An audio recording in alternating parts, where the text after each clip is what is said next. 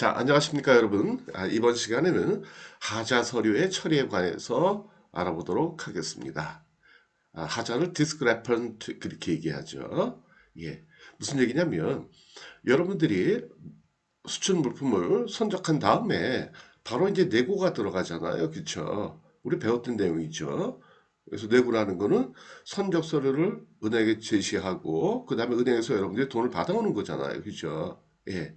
그런데 일반적으로는 그런데요.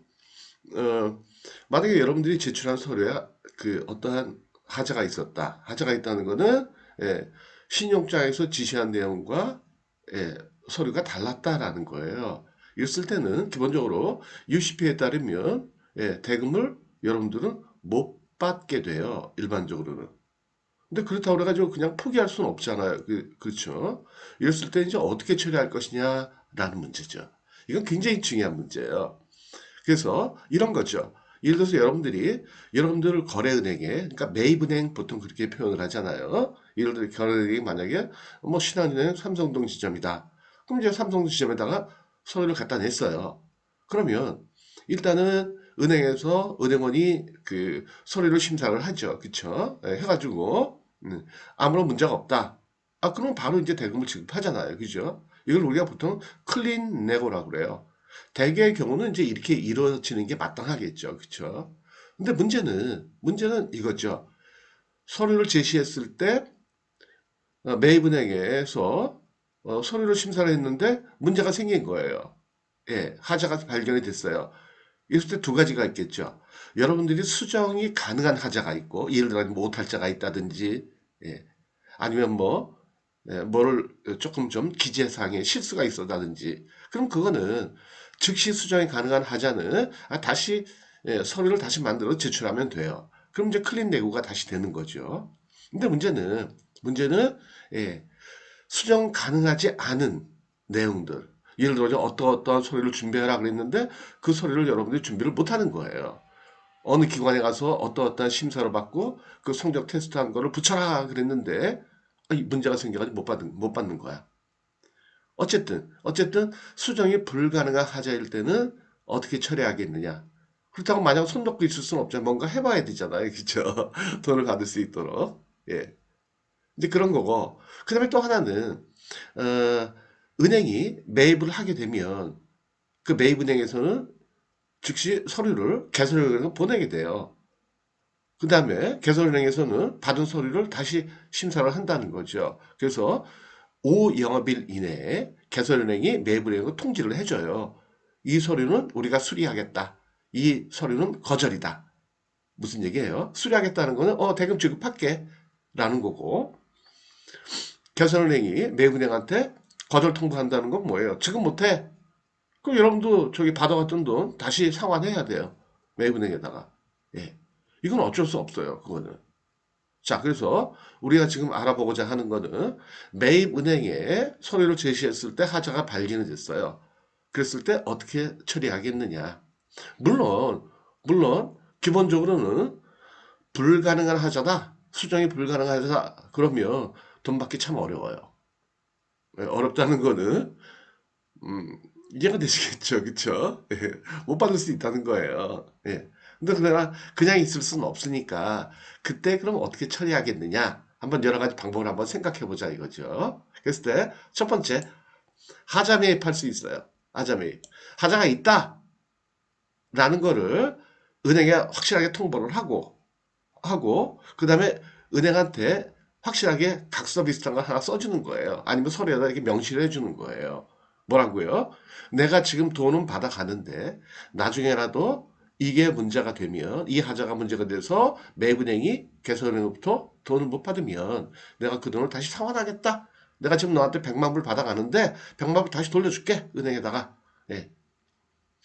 이렇게 약속을 한 상태에서 매입하는 거를 하자 매입이다 그래요. 이때는 환가료가 좀 커져요. 환가료라는 건 뭐냐면 매입은행한테 돈을 받아올 때 은행이 어느 정도 수수료를 띄거든요. 예. 이자 개념으로, 선이자 개념으로. 그걸 이제 우리가 이제 그 환가료 그렇게 얘기하는데 그 환가료가 상세를 낼 때 예를 들어 3%다, 뭐 1%다, 0.1%다, 뭐 그러면 어쨌든 1.5%를 가산해서 가산금리가 붙는다. 라는 거예요. 되게. 그 다음에 두 번째 방식은 추심 방식의 매입이 있어요. 우리 지금 신용장이잖아요. 그죠?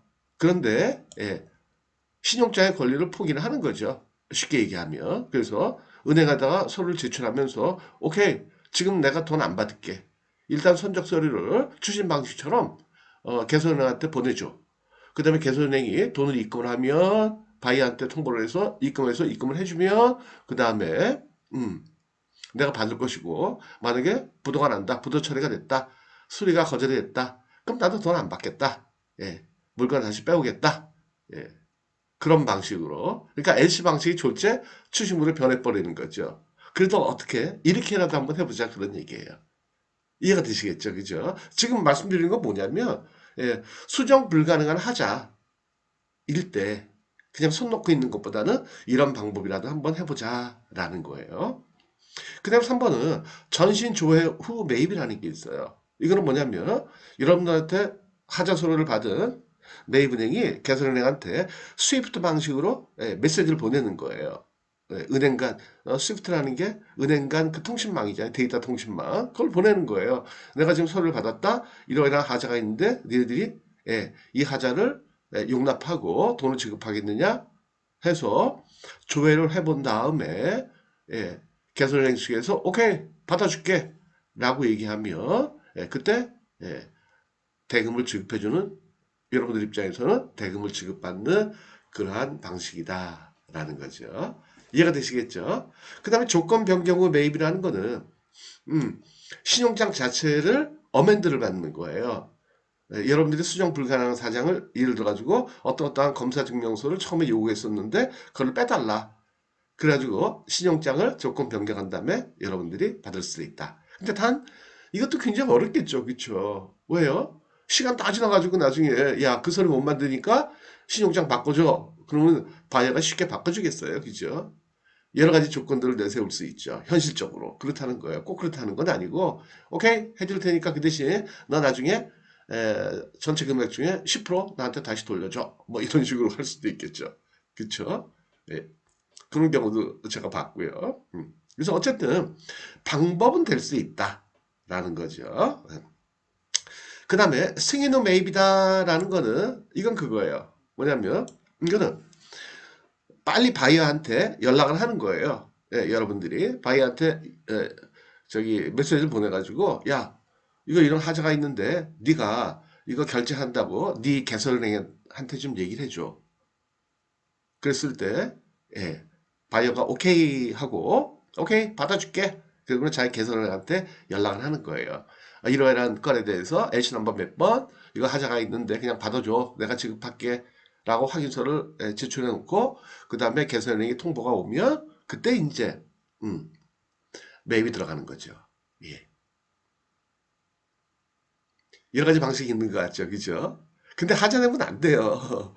이건 그래도 이런 방법을 해볼 수는 있지 않느냐. 이러한 개념에서 말씀을 드리는 거고 일단은 하자가 있으면 돈 못 받는다. 이렇게 생각하시는 게 맞아요. 이게 신용장의 기본이에요. 왜요?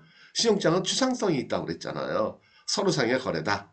은행은 실제 물건과 상관없이 대금을 지급하지 않을 수도 있다. 그렇죠? 않을 권리가 있다라는 거죠. 그렇죠? 이해가 되시겠죠? 자, 정리해 드릴게요. 무슨 얘기였냐면 일반적으로 내고를 할 때는 서류상의 하자가 없어야 돼요. 없어야 돼요. 그래서 없을 때는 은행한테 즉시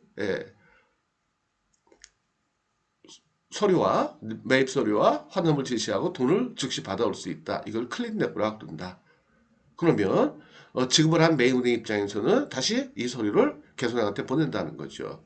보내면 개설은행은 5일 이내에 통보를 해줘요. 매입은행한테.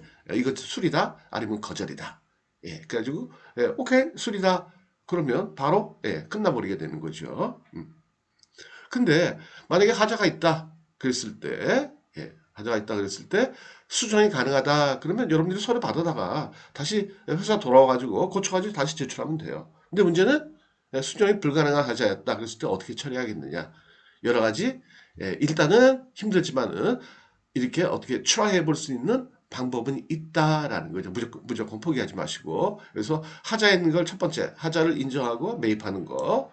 물론 환가량은 조금 비싸지만 그 다음에 추심 방식으로 서류만 보내고 돈은 나중에 받는 거, 입금이 됐을 때 받는 거, 그런 조건으로. 그 다음에 전신 조회 매입. 이거는 매입은행이 개설은행한테 전신으로 야 하자 있는데 받아줄래? 하고 해서 오케이 그럼 내고해 주는 거. 그 다음에 신용장 조건을 예, 여러분들의 형편에 맞게 바꾼 다음에 매입하는 거. 그 다음에 바이어로부터 승인을 받고 매입하는 거. 이런 방법들도 있을 수 있다라는 거예요. 다시 한번 말씀드리지만 서류 하자 내면 안 돼요. 추상성이 있기 때문에 돈 안 줄 수 있는 권리가 있다고요. 그러니까 우리 못 받을 가능성이 엄청 높다. 라는 거예요. 어디 가서 이건 말도 못해. 이건 얻어 터져도. 말도 못해. 자기 잘못이니까 명백하게. 그쵸? 예. 그래서 어쨌든, 예. 하자서류 처리에 관해서 말씀을 드렸고요. 예. 오늘은 여기까지 말씀드리고 마치도록 할게요. 감사합니다. 네, 마치도록 하겠습니다.